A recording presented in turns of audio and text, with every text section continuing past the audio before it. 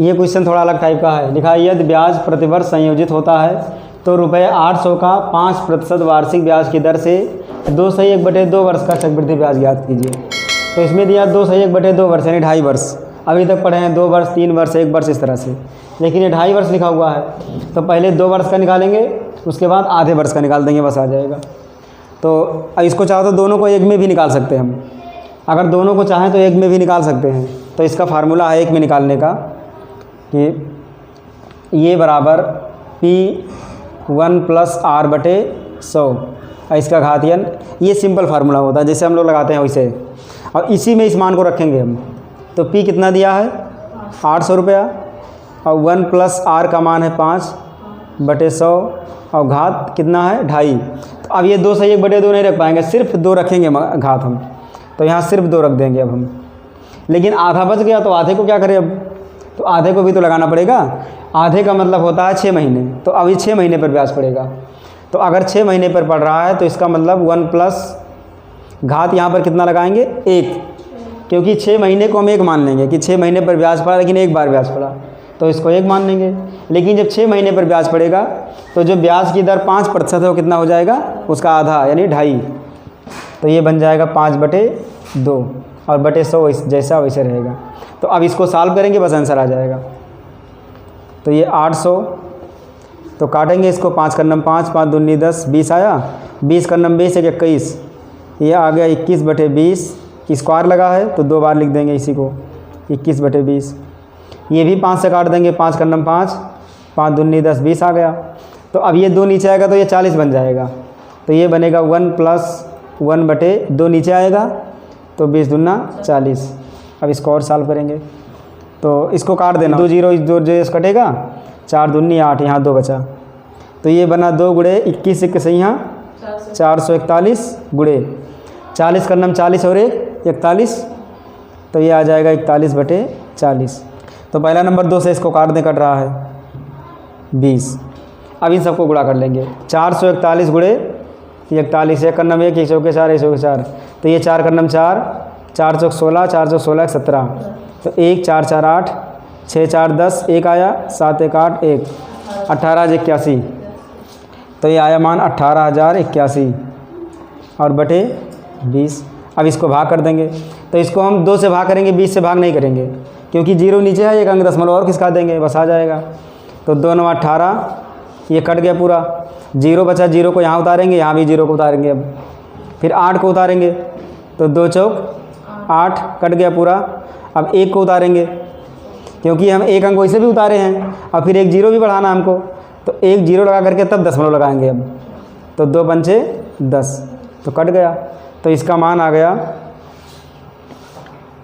9040.5 बटे, यहाँ हमने 2 से भाग किया था तो इसका मतलब 10 नीचे बचा होगा अभी। तो जब 10 से भाग करेंगे तो दशमलव यहाँ आ जाएगा, मतलब 904.05 आ जाएगा। ये मिश्र धन, ये का मान आ गया। अब जब ये का मान आ गया तो अब आराम से निकाल सकते हैं ब्याज। तो CI बराबर क्या हो जाएगा, ये माइनस P। तो ये का मान है 904.05 और P का मान कितना था 800 रुपया, तो इसमें 800 माइनस कर देंगे तो 0.05 वैसे रहेगा। अब ये 4 में से 0 गया 4, 0 में से 0 गया 0, 9 में से 8 गया 1, बस 104.05 आंसर आ जाएगा। ये विकल्प सही हो जाएगा, सी वाला। देखिए इसका बेसिक वाला तरीका, 5% इसका दर है, समय दिया है 2.5 साल, और क्या दिया हुआ है, मूलधन 800 रुपया। हमको इसमें ब्याज निकालना है, चक्रवृद्धि ब्याज। तो इसका दूसरा तरीका क्या है कि पहले 2 साल का निकाल लेंगे चक्रवृद्धि। तो 2 साल का चक्रवृद्धि मतलब ये बराबर P1 + R/100 की घात n। तो P का मान है 800 और 1 + R है 5%/100 और n का मान ये 2 है, तो 2 को लिख देंगे इसे। अब इसको पहले सॉल्व कर लें हम। तो 5 × 5, 5 दूनी 10, तो ये आया 800 गुणे 20 × 20 = 21, तो आया 21/20 गुणे घात 2 है, तो 2 बार लिखेंगे इसको। तो 0 0 दोनों कट गया, 2 × 2, 2 चौक 8, 2 × 2, 2 दूनी 4, तो ये आया 2 गुणे 21 × 21 441, मतलब 2 × 2, 2 चौक 8, 2 चौक 8, ये 882 रुपये आ गया टोटल। अब हम क्या करेंगे, अब हमको आधे वर्ष का निकालना है। आधे वर्ष का हमको चाहिए, तो आधे वर्ष का क्या निकालेंगे, साधारण ब्याज, क्योंकि आधे वर्ष में चक्रवृद्धि लग नहीं पाएगा, तो उसका साधारण लगा देंगे। तो जो ये 882 आया है, हमको इसका निकालना होगा, हमको इसका निकालना पड़ेगा आधे वर्ष का। तो लिख देंगे 882 गुणे मूलधन गुणे दर कितना है 5 और समय 1/2 और बटे हो जाएगा ये 100। अब इसको काट देंगे। अब तो कितना आएगा, 2 × 2, 2 चौक 8, 2 चौक 8, 2 × 2 441 आया। 5 से काट देंगे, 5 × 5, 5 दूनी 10, 20 आ गया। 441/20 आइए। अब 441 का 20 से भाग दे देंगे, तो 2 2 20, 2 दूनी 4, 2 दूनी 4, ये कट गया, लेकिन एक नहीं कटेगा। तो एक को जब डायरेक्ट उतारेंगे तो यहाँ 0 लगाना पड़ेगा हमको, तो यहाँ 0 लगा देंगे और ये बनेगा 10, तो 2 पंचे 10। ये SI बराबर हो जाएगा 220.5/10। तो 10 से भाग करेंगे तो कितना बनेगा, दशमलव यहाँ आ जाएगा, दशमलव एक अंक खिसक आएगा ये, तो ये बनेगा 22.05 रुपये आ गया SI। और यहाँ से अमाउंट आया है 882 रुपया, तो इसका जो चक्रवृद्धि ब्याज होगा वो कितना बनेगा, मिश्रधन माइनस मूलधन, तो मिश्रधन 882 रुपया और कितना रुपया था 800 रुपया, तो 800 घटा देंगे तो बनेगा 82। यानी 2 साल का जो चक्रवृद्धि ब्याज बनेगा वो 82 रुपया बनेगा, और आधे साल का यानी 6 महीने का साधारण ब्याज, क्योंकि इसमें चक्रवृद्धि लग नहीं पाएगा, तो आधे वर्ष का साधारण ब्याज 22.05 रुपया। तो दोनों ब्याजों को जोड़ देंगे, तो यहाँ लिख देंगे कुल ब्याज, तो कुल ब्याज बनेगा 82 प्लस 22.05। जब इसको जोड़ेंगे तो 0.05 अलग, और 82 और 22 कितना बना 104। ये हो जाएगा इसका आंसर। लिखा 25,000 का 3 वर्ष का चक्रवृद्धि ब्याज क्या होगा, जबकि ब्याज की दर पहले वर्ष 8%, दूसरे वर्ष 9% तथा तीसरे वर्ष 10% हो। 25,000 रुपये का 3 वर्ष का चक्रवृद्धि ब्याज, तो इसमें क्या निकालना है, ब्याज हमको CI, तो हमको ब्याज निकालना है। अब मूलधन दिया है 25,000 रुपया, इसमें 3 दर दिया हुआ है, R1 8% पहले वर्ष का, दूसरे वर्ष का है 9% और तीसरे वर्ष का है 10%। इसमें तीनों साल का अलग अलग दिया है।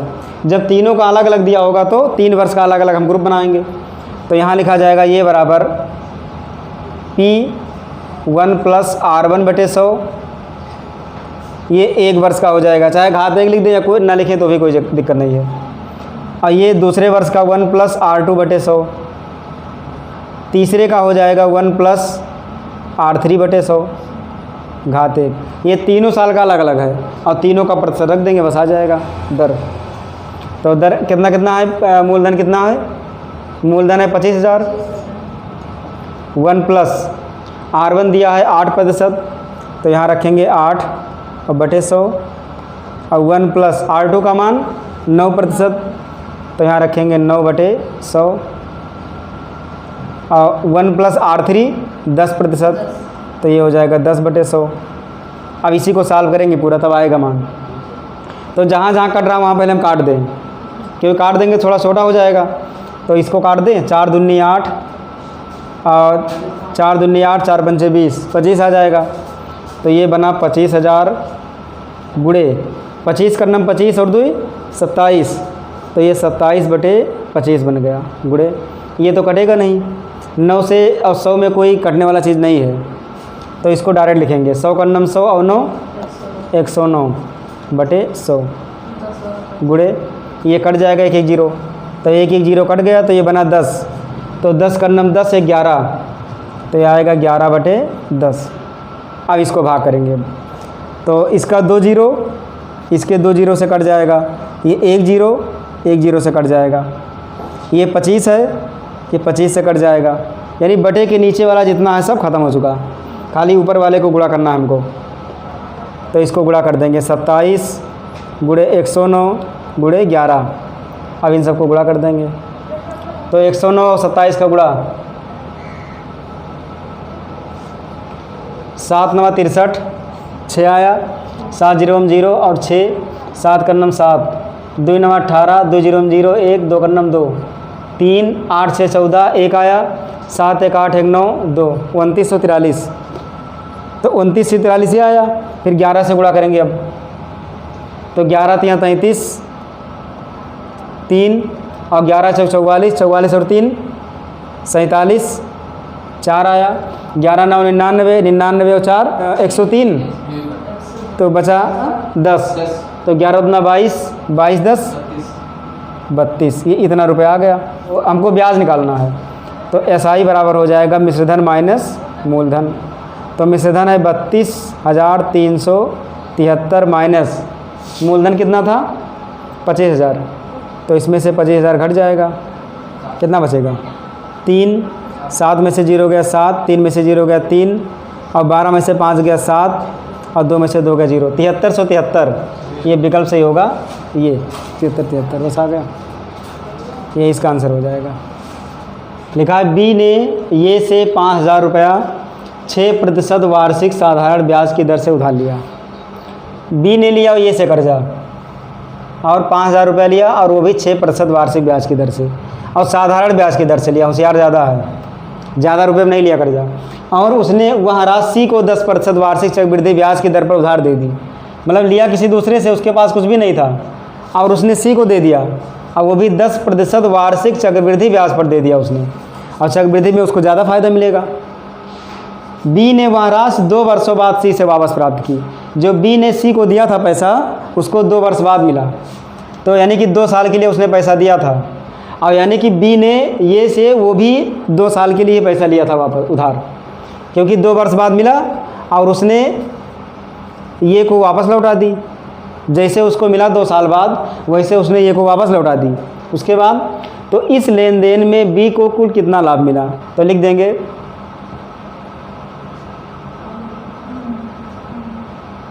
बी द्वारा ये से, खाली लिख दे रहे बी द्वारा ये से, ठीक है। यानी बी ने लिया ये से, बी द्वारा ये से, तो कितना होगा बी का जो ब्याज होगा SI बराबर, क्योंकि साधारण ब्याज की दर पे लिया था उसने, तो SI बराबर मूलधन 5,000 रुपया गुणे दर 6%, और समय यहाँ ऊपर नहीं दिया है, लेकिन यहाँ दिया हुआ है कि जब उसने सी को दिया था 10% ब्याज पर, तो सी ने उसको 2 साल बाद वापस किया, और जैसे सी ने 2 साल बाद वापस किया, तैसे उसने ये को लौटा दिया, यानी कि 2 वर्ष के लिए उसने पैसा लिया था।